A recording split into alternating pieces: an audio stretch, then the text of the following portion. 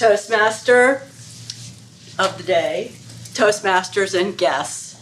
I'd love your help tonight with a dilemma that I've really been confronted with lately. How many of you have heard the "there is no I in team" statement and agree with it? If you agree with it, raise your hand. That's fine. There's no right or wrong answer. Well, if I'm on the team. I'd like some help. I'd like to unpack this question about there being an I in team or not through the lens of one of my adventures, and I'd like to see what you think about that. All of you know, many of you know, that I'm a mountain climber.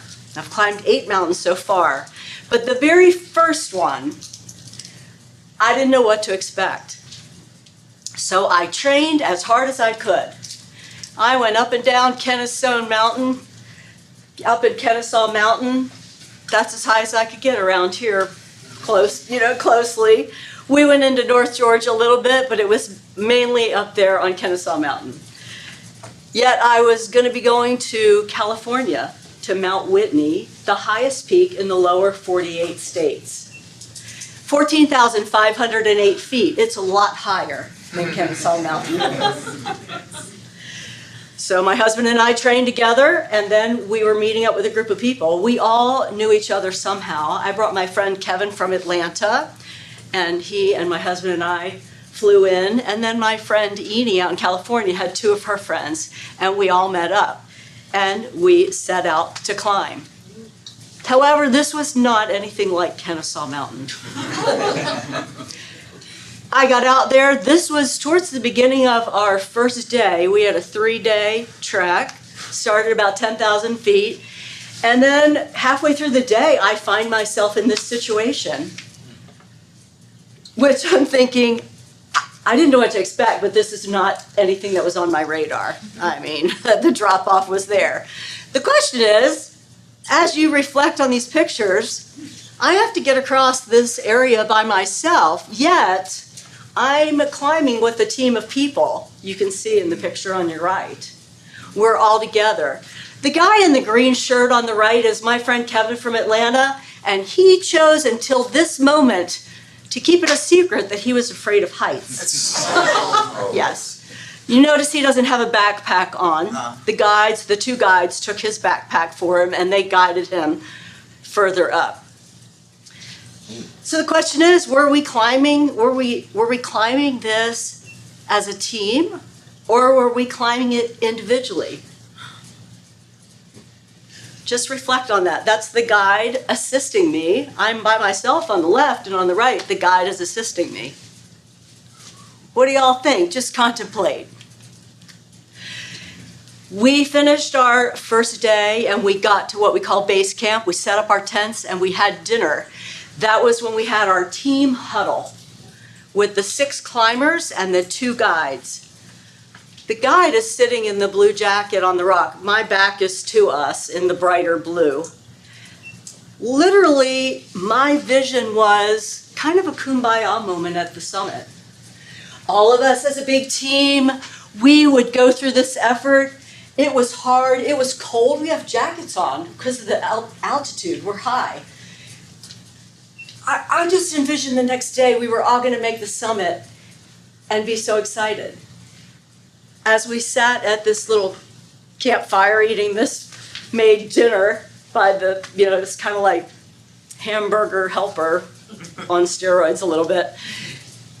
That was my first time the guide said, everybody might not make it. I really had no idea until then. Why wouldn't everybody make it? Why wouldn't everybody make it? Well, it was because for the last 500 feet up the back of the mountain, we were going to have to be roped in together. And if somebody in that, they were going to split us up into 2 teams of 3, each with a guide. If somebody didn't pull their weight, the whole team had to go back down. So was that like an individual effort or a team effort? So we had this little powwow. Here's where we were going to be climbing. This is a view of Mount Whitney, that spire up there.